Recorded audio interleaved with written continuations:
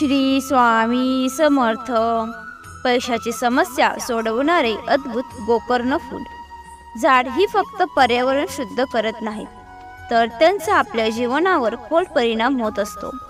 वास्तुशास्त्रानुसार घरामध्ये काही झाड लावल्याने सकारात्मक ऊर्जा मिळते, घरात सुख समृद्धी सुद्धा येते. अशाच एका वनस्पतीची म्हणजे ज्याला आपण कृष्णकांता विष्णुकांता असं म्हणतो, ते अर्थात गोकर्ण. याला अपराजिता असं सुद्धा म्हणतात. या गोकर्णाला पांढरी किंवा निळी फुले येतात. या फुलांचा आकार गायीच्या कानांसारखा असतो, म्हणून याला गोकर्ण असे म्हणतात. निळ्या रंगाचे फूल भगवान श्रीहरी विष्णूंना प्रिय आहे. गोकर्णाच्या वेलीला वेल्थ वेल असंही म्हणतात. शास्त्रानुसार गोकर्ण घरामध्ये लावल्याने धनाची प्राप्ती होते. हे रोप घरात लावल्याने लक्ष्मीचा वास आपल्या घरामध्ये होतो. आता इथे पैशाचा अर्थ असा आहे की हे झाड घरामध्ये लावल्याने धनवान होण्यासाठी केलेले कष्ट आपले सफल होतात. निळ्या रंगाची गोकर्णाची वेळ जशी वाढली जाते तशी घरात समृद्धी येते असं मानलं जातं. पैशाशी संबंधित समस्या सुद्धा संपुष्टात येऊ लागतात. किंवा या गोकर्णीच्या वेलीच्या वाढीसोबतच घरामध्ये भरपूर सकारात्मक ऊर्जा सुद्धा वाढते असंही म्हटलं जातं. शनिदेवांच्या पूजेमध्ये निळी गोकर्णाची फुलं अर्पण केल्यास शनिदेव प्रसन्न होतात. आता ज्याच्या कुंडलीमध्ये 7.5 चालू असेल किंवा ज्यांना शनिदोष असेल, त्यांनी शनिदेवांना दर शनिवारी गोकर्णाची निळी फुले अर्पण करावी. त्यामुळे त्यांना जो काही त्रास होत असेल त्यात नक्कीच आराम पडेल. आता बघूया या घराच्या कोणत्या दिशेला ही गोकर्णाची वेल लावायला हवी. घराच्या ईशान्य कोपऱ्यात अर्थात उत्तर आणि पूर्व यांच्या मधली दिशा या दिशेला निळा गोकर्णाची वेल लावल्यास त्याचे शुभ परिणाम मिळतात. या दिशेला ईश्वराचा वास असतो. तसेच हे रोप कोणत्या दिवशी लावायला हवे, अर्थातच याला विष्णुप्रिय असं म्हटलं जातं. त्यामुळे विष्णूंना समर्पित असणारा दिवस अर्थात गुरुवारी किंवा माता लक्ष्मीच्या दिवशी अर्थात शुक्रवारच्या दिवशी तुम्ही ही निळी अपराजिता अर्थात निळा गोकर्ण लावू शकता. या दिवशी लावल्याने तुम्हाला फायदेशीर ठरेल आणि तुमच्या घरामध्ये सुख समृद्धी येईल. गोकर्णाच्या रोपाला आपल्या चांगल्या नशिबाचे प्रतीक मानले जातात. वास्तुशास्त्रानुसार निळ्या रंगाची वेल घरी वाढली की घरात धनाची प्राप्ती होते असं म्हणतात. मात्र गोकर्णाचे रोप जर आपल्या घरीही असेल तर 3 चुका करू नयेत. यामुळे उलट परिणामही होऊ शकतात. म्हणून गोकर्ण सर्व घरात असेल तर कोणत्या 3 चुका करू नयेत ते पाहूया. वास्तुशास्त्रानुसार घरात ठेवलेली प्रत्येक वस्तू महत्त्वाची असते. इतकंच नाही तर आपल्या घराच्या बागेत किंवा घराच्या आत उगवलेल्या झाडांचा वास्तुशास्त्राशी थेट संबंध असतो.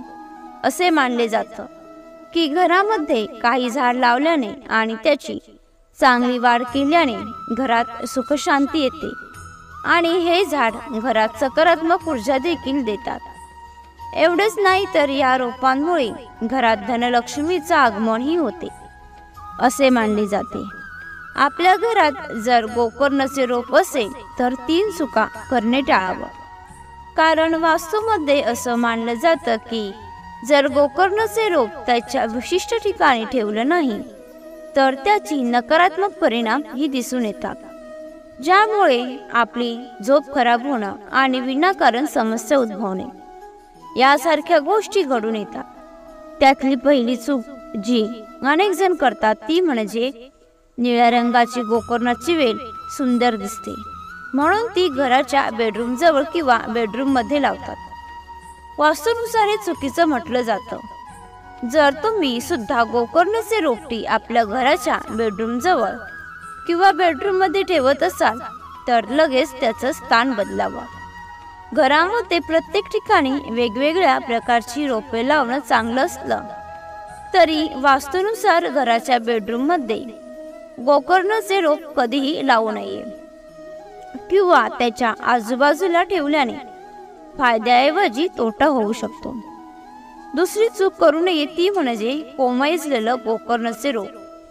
वास्तूनुसार कधीही सुकलेले कोमेजलेले गोकर्णाचे रोप आपल्या घरात लावू नये. असे मानले जाते की जर आपण वाळलेली झाडं घरात ठेवली तर आपल्याला अनेक प्रकारचे नुकसान होऊ शकतात. वाळलेल्या गोकर्णाच्या रोपांमुळे घराची आर्थिक स्थिती बिघडू शकते. शिवाय सुकलेली किंवा कोमेजलेली गोकर्णाची वनस्पती सकारात्मक ऊर्जेसाठी अनुकूल मानली जात नाही.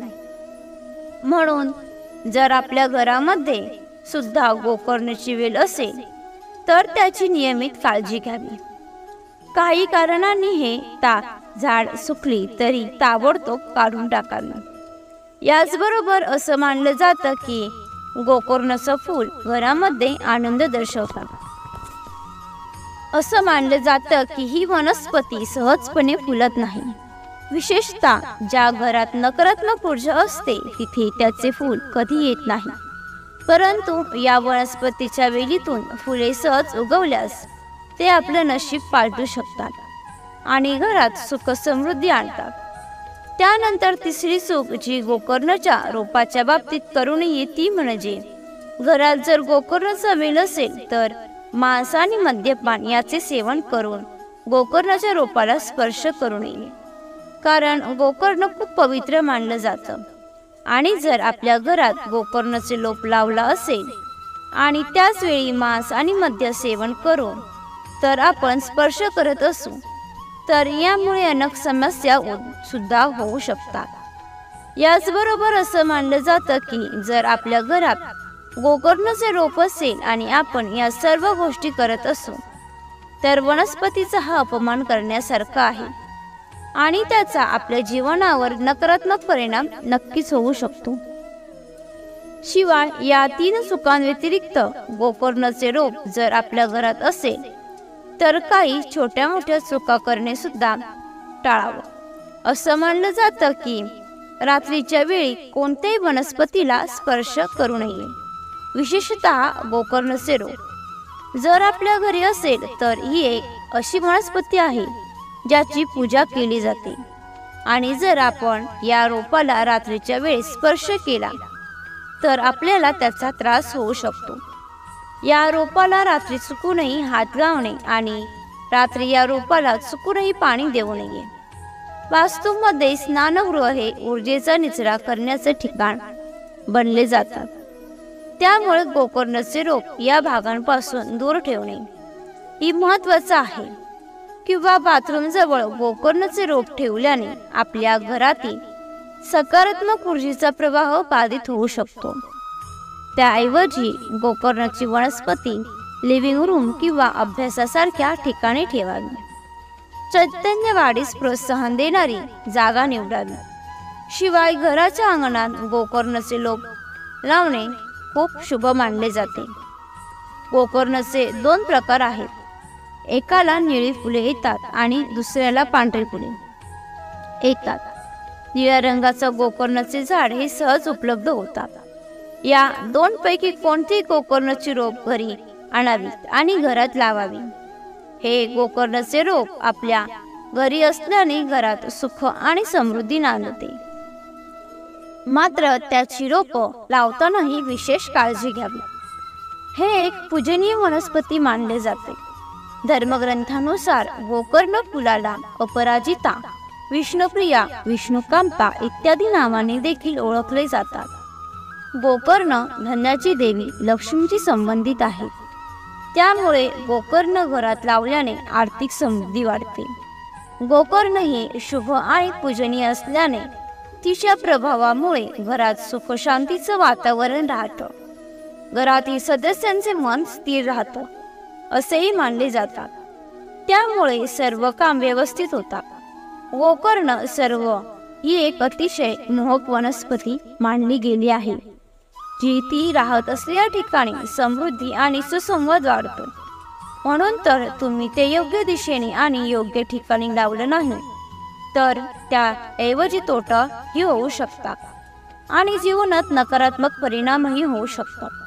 म्हणून आपल्या घरात गोकर्णाचे रोप लावण्यापूर्वी वास्तुतत्वांचा काळजीपूर्वक विचार करणे ही आवश्यक आहे.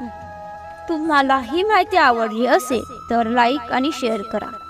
तसेच अशीच माहिती नेहमी ऐकण्यासाठी चॅनलला सबस्क्राईब नक्की करा. श्री सद्गुरू स्वामी समर्थ. धन्यवाद.